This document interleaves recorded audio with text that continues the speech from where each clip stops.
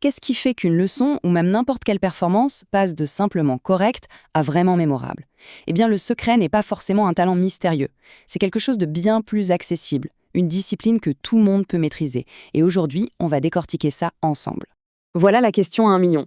On a tous en tête l'image d'un cours qui flotte, un peu chaotique, et à l'opposé, celle d'un cours où tout s'enchaîne avec une fluidité, une clarté, bref, une maîtrise impressionnante. Comment on passe de l'un à l'autre? La réponse est d'une simplicité désarmante. Et la réponse, la voilà, la préparation, tout simplement. Ce n'est peut-être pas l'aspect le plus spectaculaire du métier, mais c'est la fondation, la pierre angulaire sur laquelle repose absolument toute leçon réussie. Mais attention, quand on dit préparation, il faut être un peu plus précis. Il ne s'agit pas d'une seule et même chose. En réalité, il faut distinguer deux grands types de préparation, la lointaine et l'immédiate. Elles sont très différentes, mais totalement complémentaires. Pour bien comprendre, l'analogie du sport est parfaite. La préparation lointaine, c'est le marathon. C'est l'entraînement de fond, l'accumulation de savoir et de compétences sur des années. La préparation immédiate, elle, c'est le sprint. C'est l'effort intense, concentré, juste avant la course, juste avant la leçon. Et bien sûr, un bon sprinter est avant tout un athlète qui s'est entraîné sur la durée.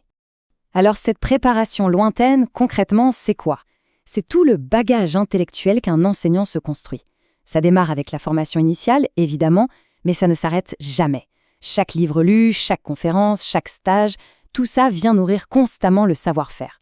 C'est ce qui permet de rebondir, de s'adapter, de répondre à l'imprévu avec aisance. Bon, ça, c'était le marathon. Passons au sprint, la préparation immédiate. Là, on est dans le concret, dans l'action, juste avant d'entrer en classe. Et cette préparation se décompose en 3 phases clés.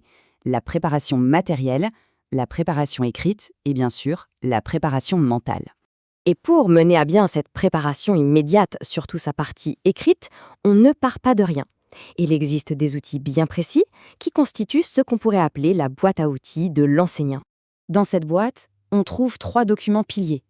Il y a le cahier de préparation et les fiches qui permettent de détailler le contenu de chaque leçon, mais l'outil qui orchestre vraiment tout ça, la véritable tour de contrôle de la classe, c'est le cahier journal. Le cahier journal, c'est la feuille de route de la journée. Tout y est noté. L'horaire, l'intitulé de la leçon, le matériel, les références au manuel. L'idée, c'est que rien ne soit improvisé.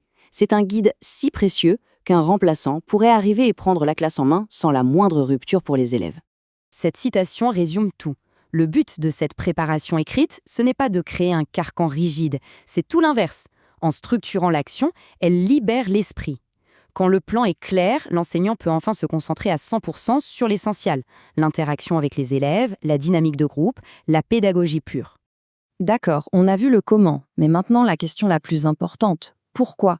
Pourquoi faire tout cet effort? Quels sont les bénéfices réels d'une préparation rigoureuse? Ils sont nombreux et ils transforment radicalement le quotidien. Le premier bénéfice, et c'est énorme, c'est la diminution du stress.